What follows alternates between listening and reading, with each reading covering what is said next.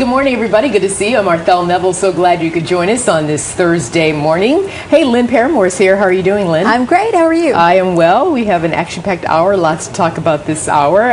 You're here on set with me in D.C. Kereakos Zuras is here. Hello. How are you this morning? Hi. How are you? I'm very well, thank you. Good, good, good. And I am well. And KZ, hang on for me. I'm going to give you a chance to comment, but I want to go to this other top story today. China's state news agency is blasting a Pentagon report on the Chinese military as a smear that exaggerates the threat to the region. The U.S. report released Wednesday says that China is on pace to achieve its goal of building a modern, regionally focused military by 2020. Jennifer Griffin is live from the Pentagon here with the details. Okay, that report there from Jennifer Griffin could be quite disturbing, I would say. Yeah, it could be. I mean, the thing that concerns me is I would hate for a Cold War mentality to develop in the United States. I mean, we aren't the only world superpower, you know, that's going to be on the stage in the next century. China is an economic power, it's rising, and they're going to have a military presence. I think we're going to have to adjust our expectations a little bit, and I also don't want us to keep, you know, I don't want us to take our eye off the ball of the jobs crisis that we have here and the things that we really need to be spending on to make our economy grow at home. I would hate for us to get suddenly obsessed and focused with building up our military in response to something like this. Kereakos, what do you say? You know, I think it's a pretty serious concern. The Pentagon's coming out and telling about the cyber attacks that are coming from there. Why are they getting offended by that? We're just telling the truth.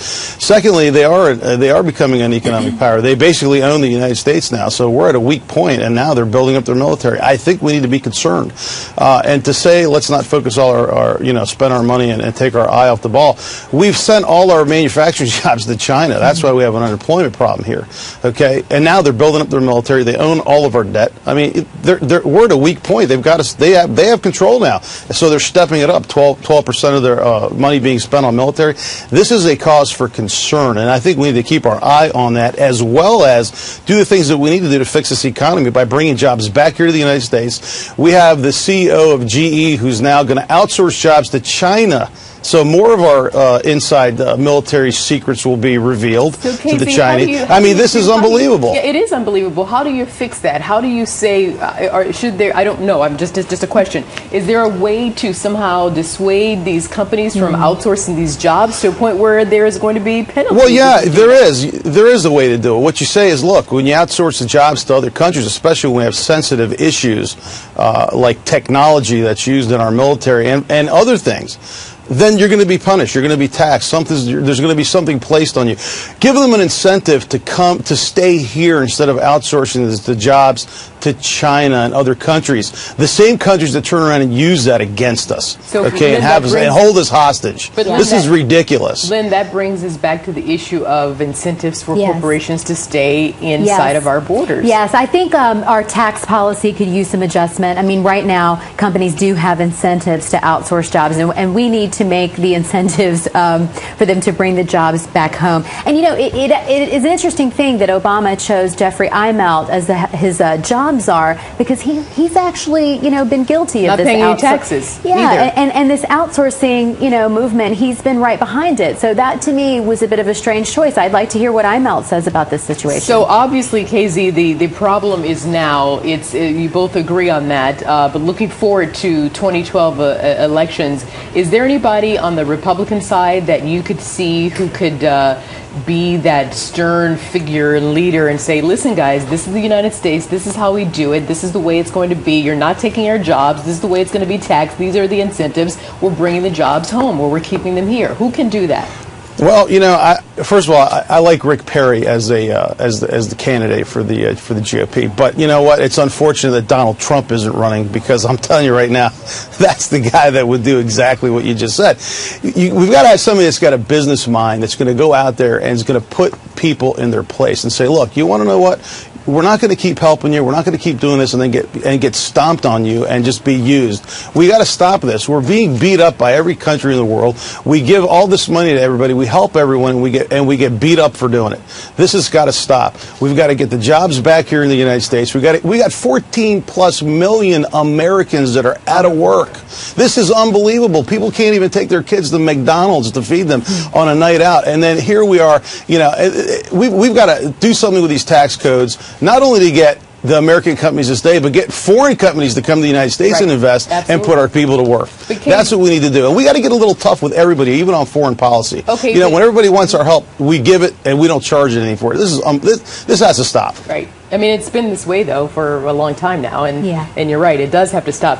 Let's talk about the here and now, though. I asked you, KZ, about who might, you said in terms of the potential candidates for the GOP party, that Rick Perry could be the person. You actually said Donald Trump would be the person to have that tough stance on doing it. Maybe they'll hire him as the business czar, or maybe it won't be. I don't know, whatever. But to the point, we are now still, what is this, August 2011, so we still have some time to go, and the country needs help. So turning back to you, KZ, so do you think that there can be some sort of an atmosphere in Washington coming up after Labor Day that it's like, guys, you know, here's this report by the Pentagon that's, it's an annual report that's out there, but it's pretty ominous.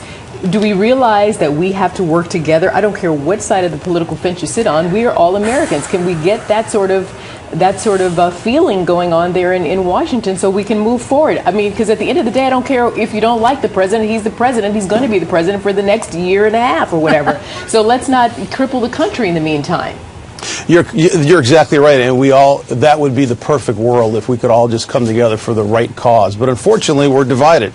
You have Republicans, you have Democrats, and each one is serving a different agenda. Okay, the Democrats are about spending and growing government, entitlement programs. The Republicans want to cut spending. They want to, get people back to work, grow small businesses.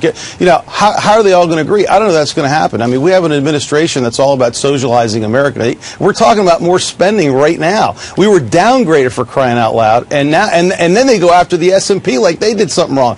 We were downgraded because our spending is pathetic. We spend $1.5 trillion more than we take in.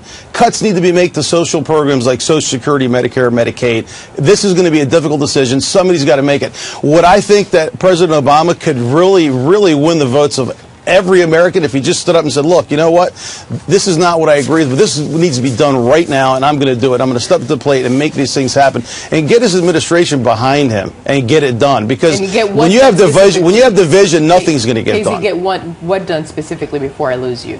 Make the cuts where we need to get rid of these programs that we don't need. We need $5 trillion worth of cuts in our spending immediately. Getting rid of the programs, or honestly, I'm just asking, modification? I mean, seriously. Well, modifications of some and getting rid of a lot of the other ones. Look, we have a lot of waste in this government. We have a lot of programs that aren't necessary. We spend a lot of money frivolously. We need to sit down and figure out what we need and what we don't need, modify the programs that we need, get rid of the ones that we don't need.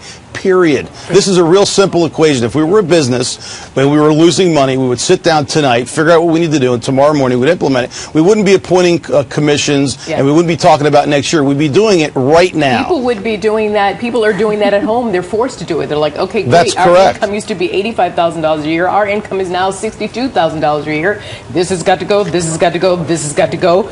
No ifs, ands, and buts about it. Hold on, Lynn. I know Lynn is dying to talk, but Casey, I have to let you go because I'm going to lose your satellite feed there. Kereakos Zuras. Did I say it right? Yes, it is. All right. Nice to talk to you. Thank you very much. Thank you. It's a great name. It is.